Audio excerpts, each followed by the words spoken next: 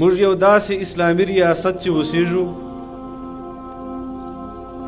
چې دغه وطن چې اسلام همیشه متنازع شوی دی. اسلامی ارکان شرعي ارکان متنازع شوي دي. قرآن متنازع کولو کوشش کړی ده، زکات متنازع کولو کوشش کړی ده، روزه متنازع کولو کوشش کړی ده. ریاستی سطح باندې اسلام او اسلام په حق چې پروپیګنډ تر نن نه ده سوې، اسلام خلاف پروپیګنډ خو حکومتو په سطح باندې موږ وطن چې همیشه سوي. نن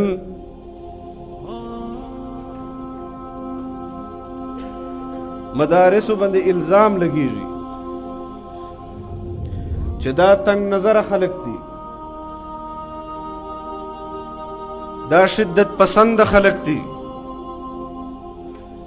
خو موږ دا دعوه ده چې چوره وسیع النظری په مدرسې ملا او په مدرسې طالب چې ده دوره د دغه نام نهاد لیبرل او سیکولر طبقې چې نسته.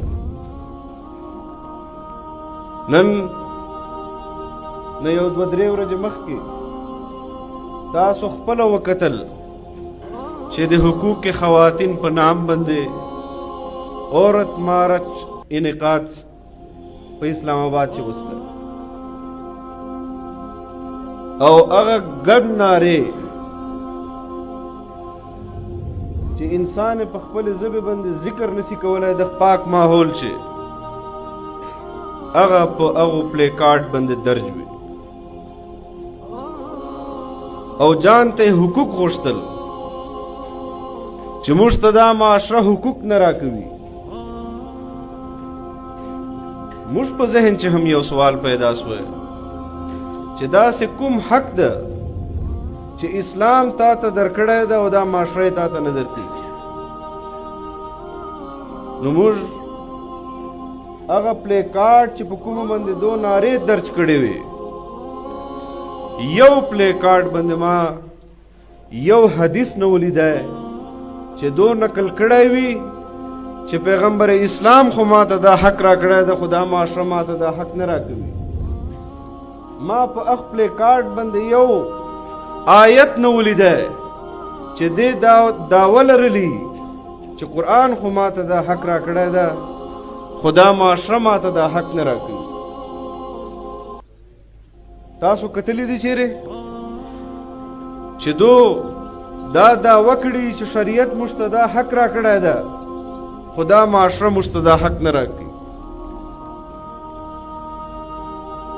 خو بیا واضحه ده خبره چې دا هغه حقوق غواړي چې کوم مغربي تهذیب چې هلته ښځو ته میلاو.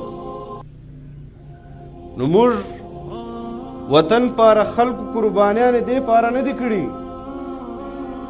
چې دلته به د مغربي تهذیب پرچار کیږي.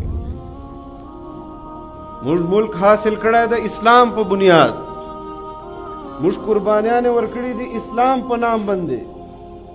خو 80 کاله وسله چې دغه NGOs دا مخلوق چې د مغرب او د امریکې زیر سرپرستی دلته حکومتونه حاصلوي او بیا خپلو حکومتو ته دوام ورکولو لپاره هغو ته کارکردګي شو کولو لپاره دغه قسم مخلوق په میدان چې روباسي چې هغه صریحاً شریعت خلاف، صریحاً